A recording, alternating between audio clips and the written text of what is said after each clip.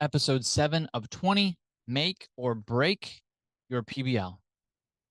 I was super excited about bringing this service learning project to my learners. And this is actually before I had the structures of project-based learning at my disposal. But I just knew I wanted to do these big things with my learners, right? Do you feel that, right? That just that passion. I want them to see more of the world. I want them to do good and feel that. I want to do more good.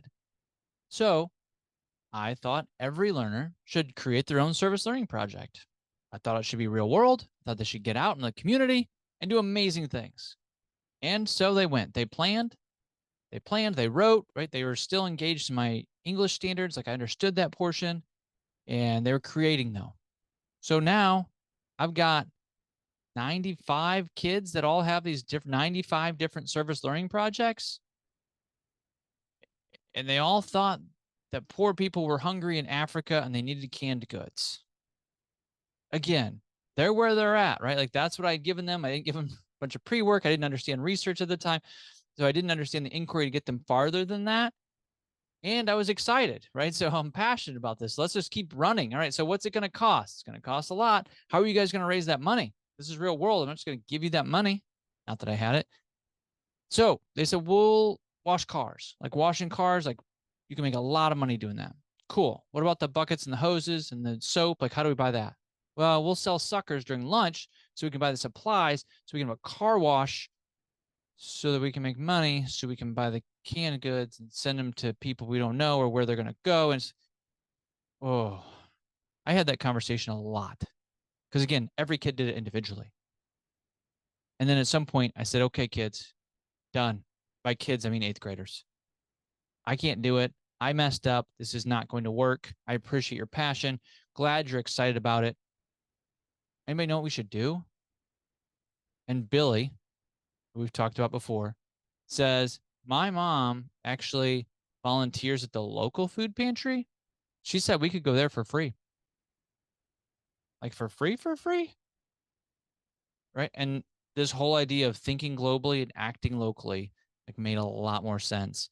Let's also talk about that if you've got a bunch of kids and you put them into groups, there's less projects to contain, right? If you've got 30 kids and they're in groups of 5, now you have 6 projects, right? If you have 28 kids and they're groups of 4, you've got 7 projects to manage, right? So it doesn't mean you should just do groups to manage numbers. Everybody needs a role. That's a different episode.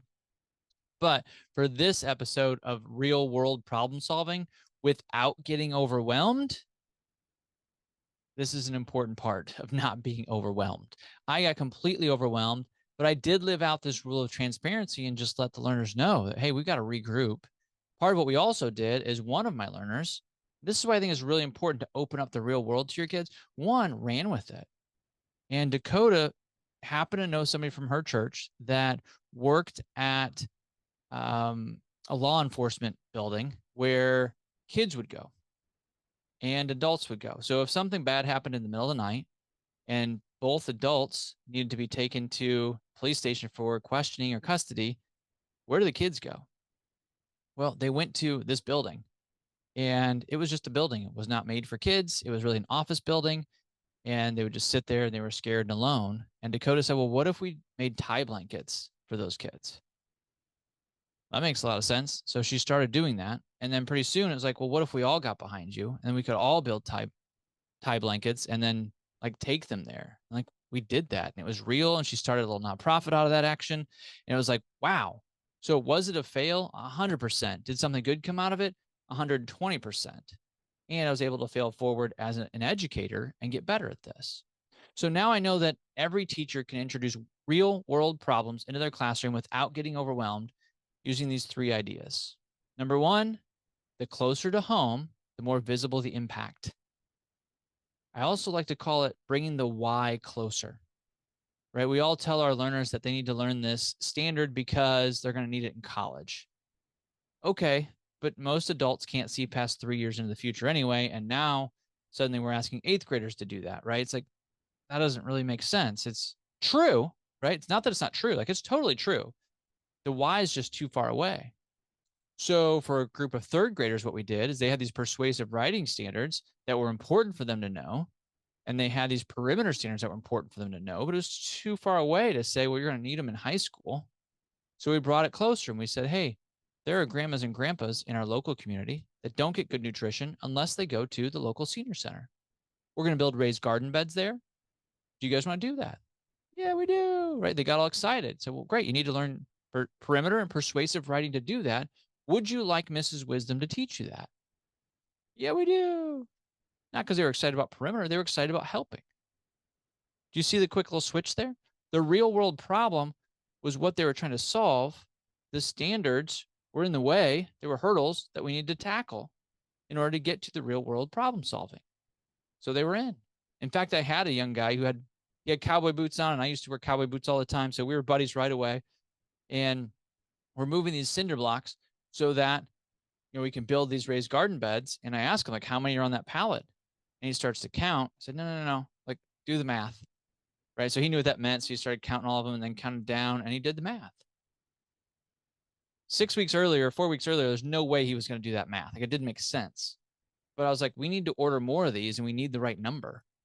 So he was going to do the math. That's part of the power of the real world problem solving. And there are some groups that will say that scenario projects are okay, or that a canned project that you just download and grab and run are okay. And we just disagree at Magnify Learning with that. We think the secret sauce is in the real world problem solving. That's where it's at, because you're bringing it closer to home. And if it's fake, we all know it's fake. And if it's too far away, right? Like, you're going to need this in college. It may be true, but it's too far away. So we're going to bring that why closer to home. So NASA's super cool, but how can you bring that really close to home, right?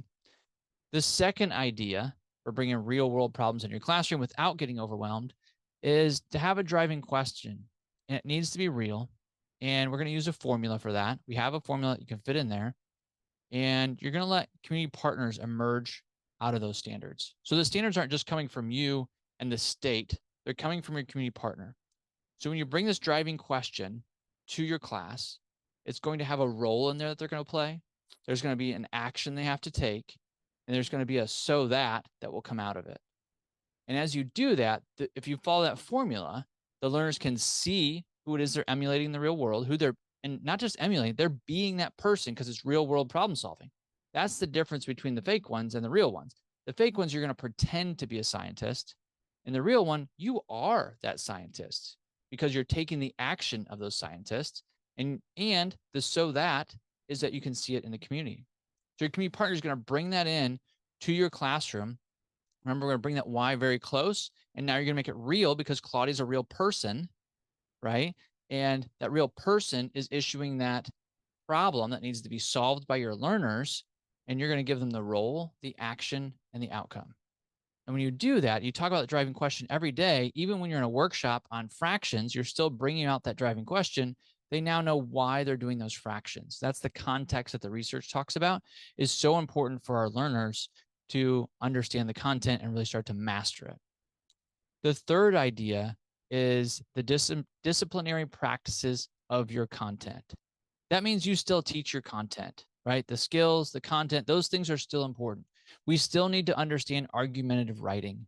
We still need to know how to set up a lab experiment appropriately, so we've got one variable that we can actually understand instead of 42 different variables, right? I think it's one of the best science activities you can have. If you've got time, just have learners make their own scientific experiment without any type of teaching, and they've got 43 variables. It's like, well, how do you know it's not the temperature of the water or the movement of the water or the dye that you put in that made that result? Well, I don't know. All right, let's talk about independent and dependent variables, right? And now there's context, as you have these real world problems that are kind of messy. Now you know where to fit in your content, and your content is absolutely essential for them to solve this problem, right? In my third grade example, they can't figure out the perimeter if they don't understand how to do perimeter classroom. There's no way they can figure it out when we're actually outside. We actually have to place an order and pay for these cinder blocks, or the cubic volume of the dirt that we're going to put in there. Like, those are real calculations. And sure, it's generally 8x6, but really it's 7 feet and 11 inches, and right, and like 6 feet and 4 inches. And now the math is real tricky and hard. Good. You want it to be hard. and you're still going to do the classroom work, right? And things are going to work out reasonably well. Probably there's no remainder, right? So they know it's right. But now we're going to go through the hard work of what's it look like in the real world? And your learners are going to start to struggle with those things. And that's actually the skill they need. Perimeter, we can teach them really quickly, but the application of it in the real world, that takes time, and there's extra wrinkles in their brain that they need to figure that out. So I'm going to remember the title of this one in episode 7 is Make or Break Your PBL. I don't think that's over dramatized. We believe the authenticity of a real world problem makes all the difference, like all the difference. So this is a super important idea. Find a community partner so that you can make sure that it's a real world problem, and let your learners know it's real world. Let them know it's different than a scenario project. But I got to come back and wrap this in this way, because I said every teacher can introduce real world problems into their classroom without getting overwhelmed. I don't want you to be overwhelmed by it, but I do want you to be whelmed, right? Not overwhelmed, but whelmed. And your students need to be whelmed as well. Not overwhelmed, but whelmed. And perimeter in the classroom is different than perimeter in the field. They need to feel that difference, okay?